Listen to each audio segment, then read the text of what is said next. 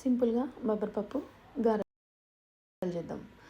పప్పును ముందు 5 నుండి 6 గంటలు నానబెట్టాలి. ఆ తర్వాత అందులో వాటర్ శుభ్రంగా కడుక్కొని అందులో వాటర్ అంతా డ్రైన్ చేసేసి మిక్సీలో వేసి బరకగా మిక్సీ పట్టుకోవాలి. మనం మిక్సీ పట్టుకునే ముందే 2 నుండి 3 స్పూన్ల పప్పును ఆపుకొని ఇందులో కలుపుకోవాలి. తర్వాత మిక్సీ గిన్నె తీసుకొని అందులో పచ్చిమిరపకాయలు, అల్లం, ఎల్లిపాయలు, జీలకర్ర, 2 లవంగాలు, కొంచెం ఉప్పు వేసుకొని మిక్సీ పట్టుకోవాలి. తర్వాత ఈ పప్పు మిశ్రమంలో కరివేపాకు, కొత్తిమీర, ఇంత జీలకర్ర, ఇంకా మిక్సీ పట్టుకున్న పచ్చిమిర్చి పేస్ట్ అన్నీ వేసి మంచిగా కలుపుకోవాలి. ఆ తర్వాత మనం కట్ చేసిన ఆనియన్ కూడా వేసి కలుపుకోవాలి. ఇక్కడ కావాలంటే మీరు ఆనియన్ కూడా ఒక్క ముక్క మిక్సీ పట్టుకొని ఈ పప్పు మిశ్రమంలో కలుపుకోవచ్చు.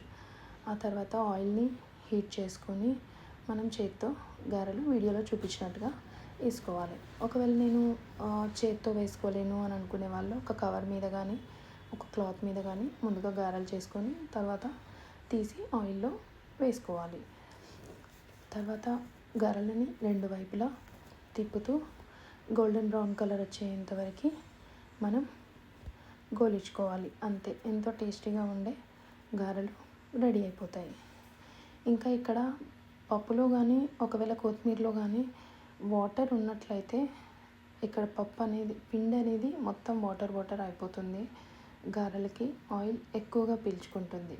సో మనం పప్పు కడిగేటప్పుడు పప్పు మంచిగా కడుక్కొని అందులో వాటర్ అంతా డ్రైన్ అయిన తర్వాతే మిక్సీ పట్టుకోవాలి. కొత్తిమీర కూడా అంతే, మంచిగా కడుక్కొని కొంచెం ఆరిన తర్వాతనే ఇందులో వేసుకోవాలి. మనం కావాలనుకుంటే ఇందులో వేరే ఆకుకూరలైనా వేసుకోవచ్చు, పుదీనా కూడా వేసుకోవచ్చు. అంతే అండి, సింపుల్గా బొబ్బరపప్పు గారెలు రెడీ అయిపోతాయి. మీకు వీడియో నచ్చినట్లయితే లైక్ చేయండి, షేర్ చేయండి. మా ఛానల్ని సబ్స్క్రైబ్ చేయడం మాత్రం మర్చిపోవద్దు. Thanks for watching the full video.